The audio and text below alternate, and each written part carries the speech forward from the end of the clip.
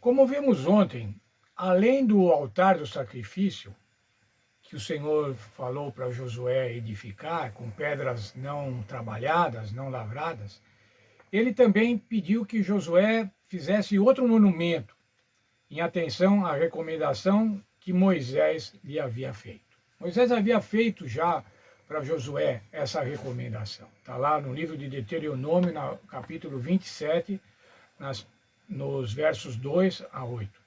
E lá diz assim: quando atravessares o Jordão, a terra da promessa, tomarás pedras grandes e as caiarás. Vai escrever nela todas as palavras da lei, e fará então um monumento no monte Ebal.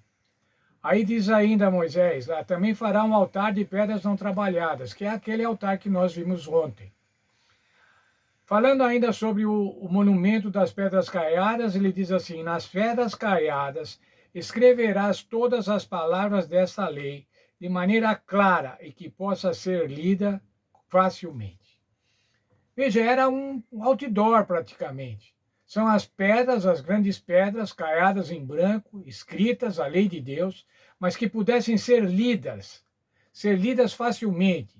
Deviam ser escritas de maneira clara, para que o povo pudesse entender.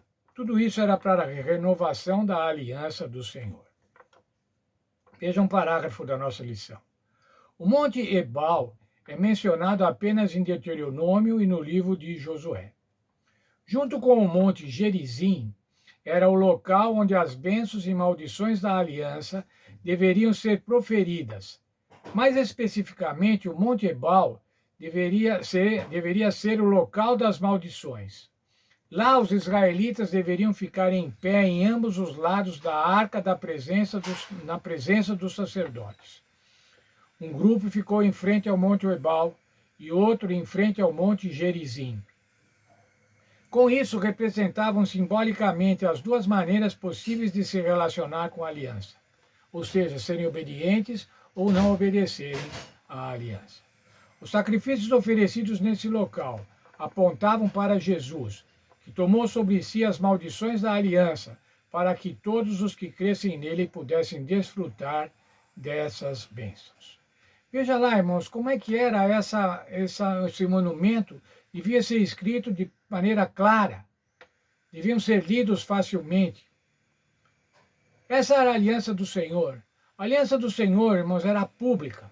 Ela não era um segredo, ela não era somente para um mistério, somente para os iniciados. Ela era para o povo, para que o povo entendesse.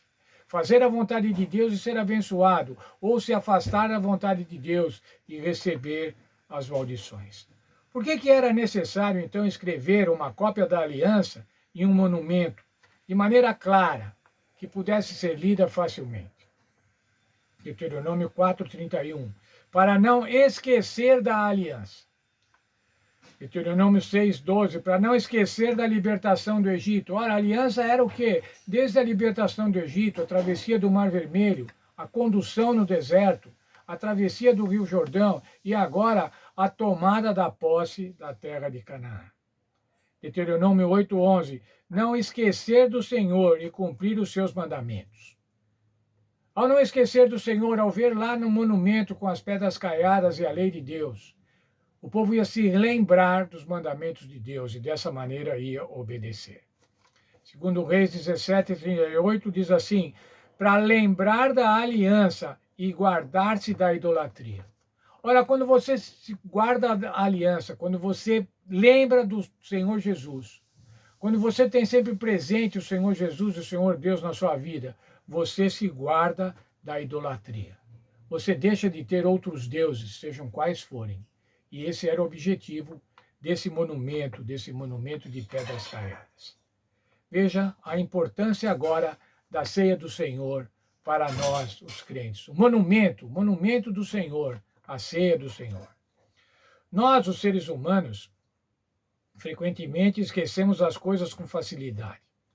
À medida que acumulamos as crescentes e desconcertantes demandas da vida cotidiana, nossa atenção se concentra em períodos de tempo cada vez mais curtos.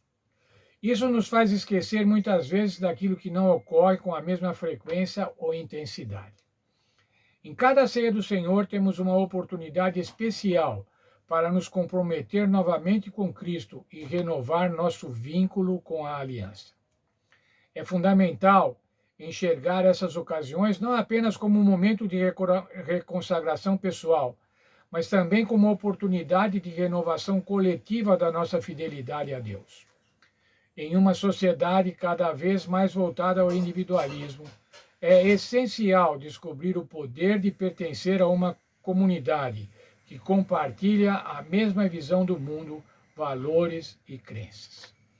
A ceia do Senhor, irmãos, como vimos nesse texto, não é somente um momento de reconsagração pessoal, mas de reconsagração coletiva, da comunidade, da igreja, daqueles que têm uma crença comum, daqueles que comungam da mesma fé.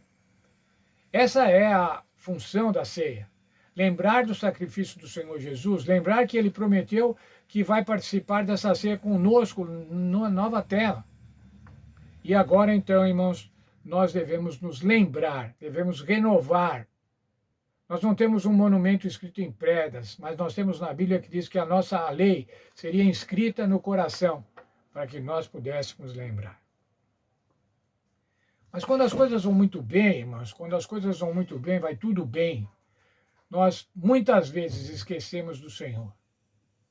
Nos lembramos do Senhor quando temos necessidades, aflições, mas quando as coisas estão bem, quando vai indo tudo normal, tudo em ordem, temos saúde, nossa família vai bem, as finanças vão bem, o trabalho, muitas vezes nós esquecemos do Senhor. Devemos ter, irmãos, memoriais para que nos lembremos do Senhor. Memoriais para que não esqueçamos dos seus mandamentos. Memoriais para nos guardar da idolatria.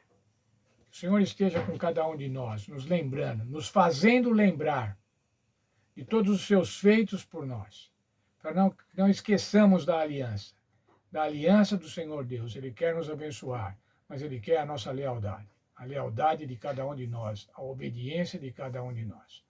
Portanto, irmãos, vamos escrever não em pedras, mas vamos escrever no coração a lei de Deus, a aliança do Senhor, a aliança de salvação do Senhor, que salva cada um de nós.